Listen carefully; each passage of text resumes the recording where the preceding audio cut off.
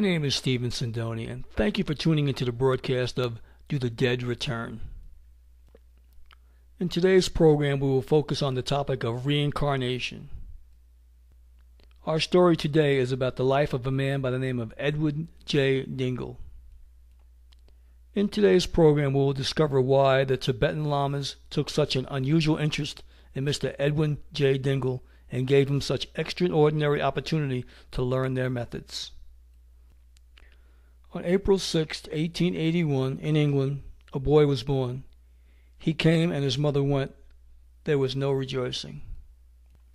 About the same time, in the formidable land of Tibet, in a temple in the heart of inscrutable Asia, wise men were mourning the passing of a beloved brother Lama, and mourning still more his infraction of their frigid code of conduct, an error which they held to be the psychic cause of his death. Believers in reincarnation, however, they confidently expected his return before the passing of many years.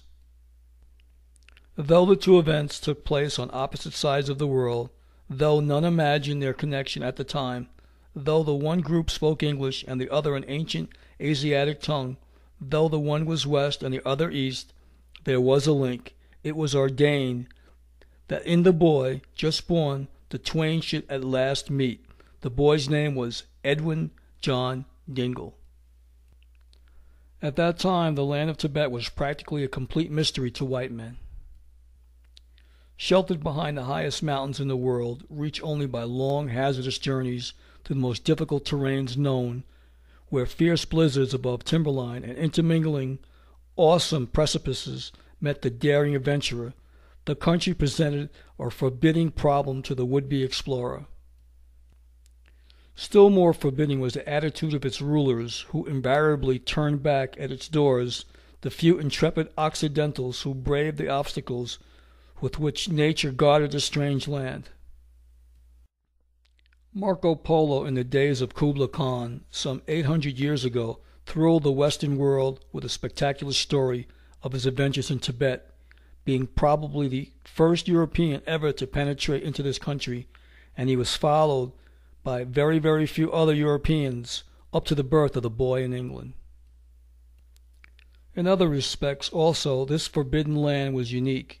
Due to the barriers which nature had given, it was the only land in the world which had enjoyed peace for thousands of years, for as far back as there is any record.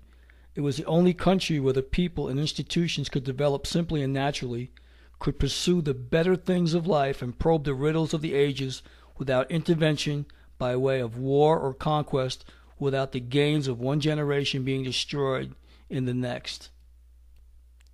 Wise were its leaders during these many centuries in keeping unsympathetic strangers out, wiser by far than Western rulers who are letting the monster of war and class hatred destroy civilization. But there were certain strangers from Oriental countries who were always welcome in this mystic land. They were not the warlords or the commercial adventurers or the high and mighty of the earth, nor indeed any whose life was confined to material things, but only those great souls whose humble lives were devoted to things of the spirit, the searchers after the truth of life and the relationship between man and the infinite, especially when by an austere life of self-denial and self-sacrifice, profound thought and great spiritual attainment, they had shown their worthiness to be admitted to the mysteries preserved to the countless ages from the dim beginnings of man's enlightenment. To this very day in China, India, Siam, Burma, and even in Japan, adepts and seers who have reached the pinnacle of spiritual understanding turn to this Mecca of Eastern wisdom, making a pilgrimage, when possible, to Tibet, that they might taste of the surpassing knowledge in the keeping of a small group of wise men, the latest of an unbroken chain of sages extending back for thousands of years to the very dawn of history. The mental and spiritual attainments of these wise men are almost beyond belief. Well-known, responsible, and highly educated, respected authors have told of men controlling the heat of their bodies, raising one part to fever heat, reducing others to a lower temperature, with the power alone of thought, or the power that thought awakens. They tell of men sitting naked in below zero weather for hours upon hour and maintaining the entire body at such a fever heat that snow and ice around them are melted. Many travelers unanimously are agreed, however, that these seers possess remarkable powers of control over their minds and their bodies, that they are profound thinkers with strange spiritual insight. This applies, of course, only to the higher lamas, not to those of lower status or the populace in general. The pearls are not cast before those incapable of appreciating them. Only a few earnest seekers are initiated into the secret wisdom, and then only when they have demonstrated their worthiness through a period of years. This ancient wisdom was brought to Tibet 1200 years ago by Padma Savaha, professor at a great university in India, and a man who was famous throughout the country for his mastery of the occult. With him he brought old manuscripts, secret documents of various kinds written in Sanskrit, that original language of the Aryan, many of which were hidden with mystic ceremonies for a future age when mankind was to be prepared for the understanding of their mysteries.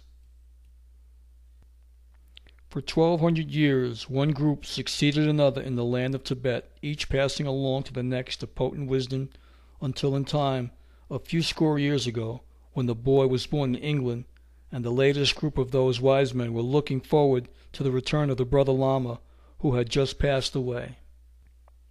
Did they foresee that this boy, born on the other side of the world, descended from the same noble and superior Indo-European race which had produced the wisdom they cherished? Who later was to visit their land and be welcomed as a reincarnation of the deceased brother Lama? Did they exert their strange occult powers to draw this boy from the other side of the world to mold his life and his desires in such a fashion that he was irresistibly, faithfully, unceasingly constrained to turn his thoughts and footsteps toward the Far East? No one knows but they, and they kept the secret. But the boy from earliest years was fascinated by everything pertaining to mystic Asia. Maps entranced him, geography was his chief interest, and the longing to visit remote and ancient countries was overwhelming. Grown to manhood, Edwin J. Dingle acted for a short time as a reporter for various English newspapers, traveling in the British West Indies and elsewhere. Meantime, true to the inner impulse which turned his thoughts always toward the East, he looked for and found his opportunity. After competitive examinations, he was selected for a position in Singapore. With high heart, he set out upon the long journey. A strange feeling came over him as the ship neared his destination. Instead of going towards a strange land, he seemed to be coming home after a long journey. There he joined the staff of a newspaper, the Straits Times. He entered with vigor into the life of the foreign colony, as any young man would. He made a success of his job. Opportunities in other fields were open to him, as to any enterprising Englishman of that day and time. The world was crying for the products of the East. Soon rubber was to make prodigious fortunes for many of his friends. China was to establish the open door. Money seemed to flow like water. But the feverish life of the foreign colony soon lost its attraction for the young man. Among various races of the East which poured through his transfer point of Asia, he noticed certain individuals who appeared to have a calm strength superior to the nervous energy of the European. When in their presence, he felt as if he had some source of power unknown to the frenzied circle of Occidentals. They could be happy without excitement, successful without worry, enterprising without fear, courageous without bluster, apparently unconcerned with the business of living or making a living, but quietly efficient and capable nevertheless.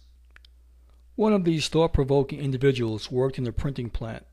There seemed something mysterious about him, as if he were a great man in disguise, occupying his humble position only for a time. The deference accorded him by other employees confirmed the impression. The young Englishman found himself extending to this sage an involuntary respect, an unconscious reverence. He found himself also doing favors for the mystic, establishing a friendship that gave genuine satisfaction.